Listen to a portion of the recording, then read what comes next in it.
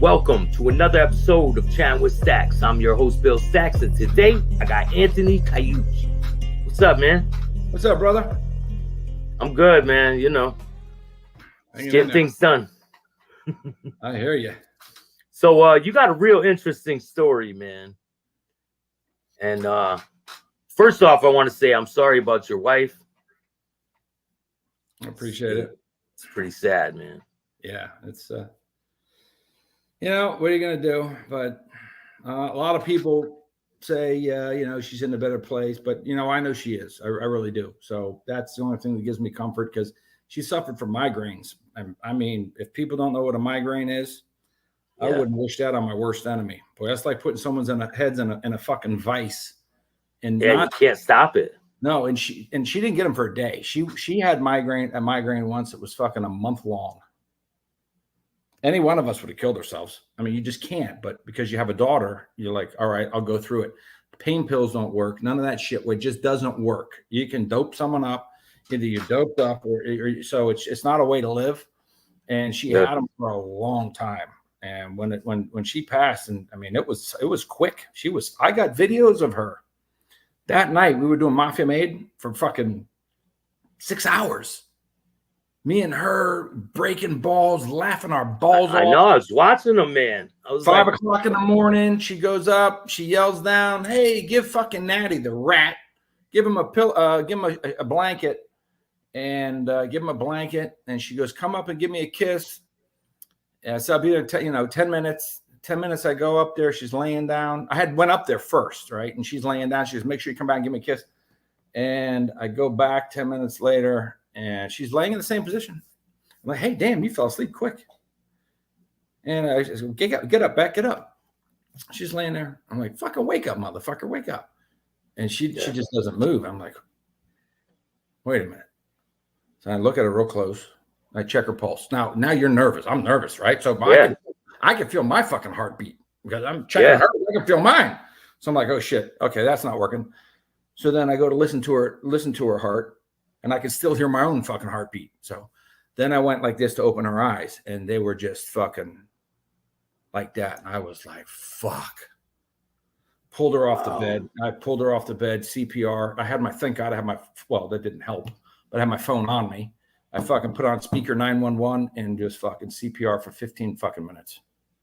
Nothing. They fucking got called for the autopsy. They said, "We don't know. Her body was in perfect condition." I'm like, so they don't know? They still don't know? Had nothing. No aneurysm. I thought it was an aneurysm. Her parents thought it was going to be an aneurysm because of the migraines can trigger an aneurysm at any time. Yeah. I was just waiting because it was so fast. And, you know, she was just laying there like she was asleep. And we were figuring aneurysm. They said, "No aneurysm." I said, "No aneurysm." Well, what was it? And they didn't even want to say. I was like, "Well, fucking tell me something." They said, "We got nothing." Her body was in perfect shape. I'm like, "Oh." She was young, too. 41, 42, 41. Same age as me, man. I'm 42. And I still got the videos. Maybe one day I'll put them out because, boy, was she good that night. She was on the money. Boy, she broke Sammy the Bull's balls so good. I was like, "Oh my God." And she did it with class, with, you know, funny, you know, not just, you know, rat, just good stuff. Good Australian humor. It's completely different humor, you know. So she was funny, man. She's a funny fucker, huh? Yeah. I was watching a lot of your shows when she was on there. It was good. Yeah. I was like thinking about getting a female co-host too, man. I was If you get one because the difference was if you can get one to break balls, right? Because that's what we do. We're Italians, that's what we do. So when I met her, I broke her balls, and she hung around with the guys, and she knew how to break them right the fuck back. She didn't fucking lay off me at all. I mean, to the point where I was laughing, but she had me good. I mean, she fucking ruined me on video, but I'm not gonna not put it up because. How long were you with her for? I met her in Tokyo. And up until I met her in 98 in Japan. I was a couple years with her in Japan, and then I got busted by the feds, and then I went away for 10 years. So in your book, right? You go to Japan, and then it stops there, right? That's where the book stops, is when I get into Japan.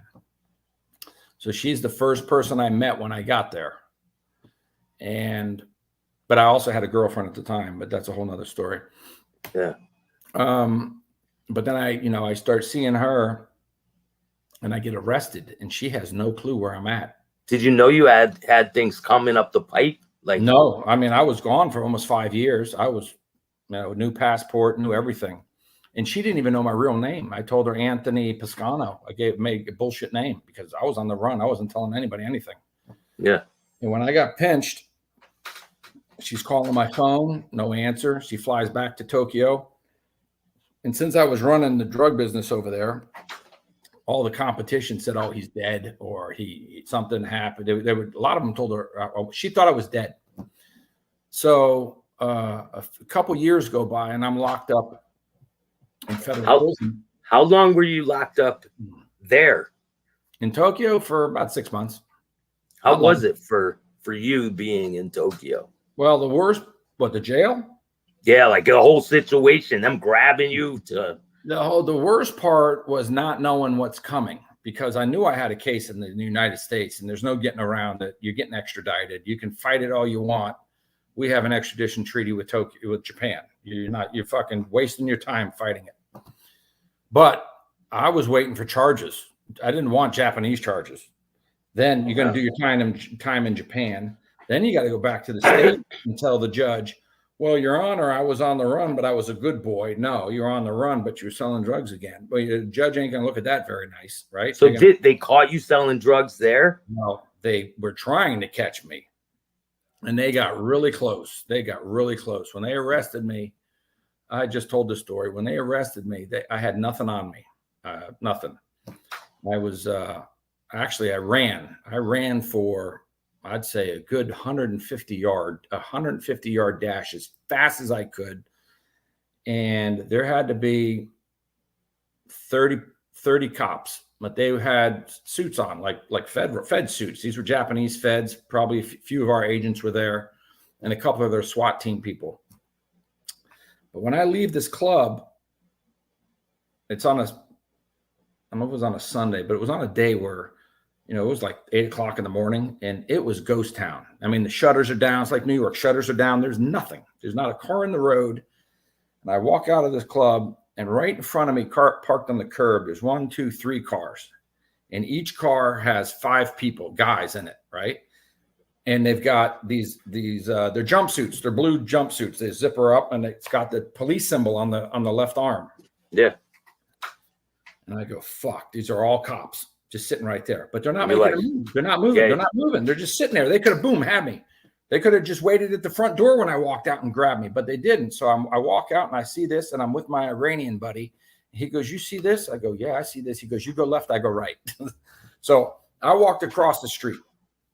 I've got a fake passport. I've got 20,000. It's 20,000 US. It was Japanese money, but it was equivalent to 20,000 US.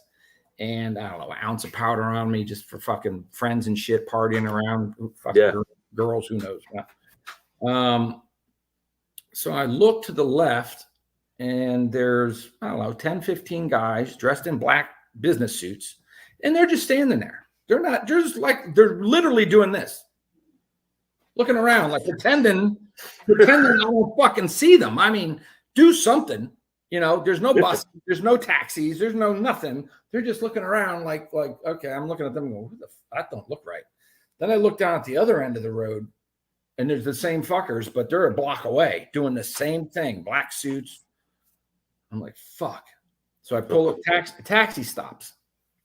Now I got this coke on me and I got the money on me. So the taxi opens the door and I put my foot in, and when they shut the door, over the actually driver controls the door. You're locked in. You ain't getting out until you pay. Really? Right? Yeah, that's how it is. Yeah. Oh, that's how it is out there? Yeah. You get in, there's the glass, and they shut the fucking door. Right? So I get in, I put my foot in, and something says, don't go. They're gonna shut that door and you're done. Bam. But then I thought again, well, fuck, why didn't they just get me anyway?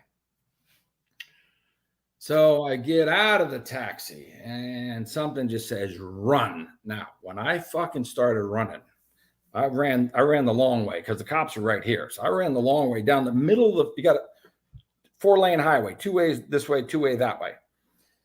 I'm running right down the middle as fast as I can. And there's only so much gas you have until you fucking kaputs, right? Of course. I'm fucking going as fast as I can with dress shoes on, with a slick bottom, but I'm trucking with a suit, with a fucking suit, right? I'm trucking out. Now, in front of me is the other Japanese in their suits, and now we're going head on. So I'm going at them, and a little bit of footwork, football, and fucking in and out. It was like, something out of Super Bowl Sunday. I get through them, and I can't keep running straight. I turn right. There's a Subway sandwich shop on the corner, like our sandwich Subway. Yeah. I bang a right. And as I get around Subway, I take the first left, which is the alleyway of Subway.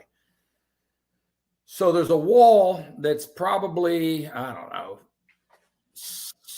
8 feet. It's an 8-foot cement wall, just cinder block. And then after the top of the wall was a chain link fence. So I figure I'm just going to run, put my foot on the wall, grab the fence and get over. I'm pretty athletic. I can do that. Well, I got these slippery fucking shoes on, and the walls got mildew all over it too, right?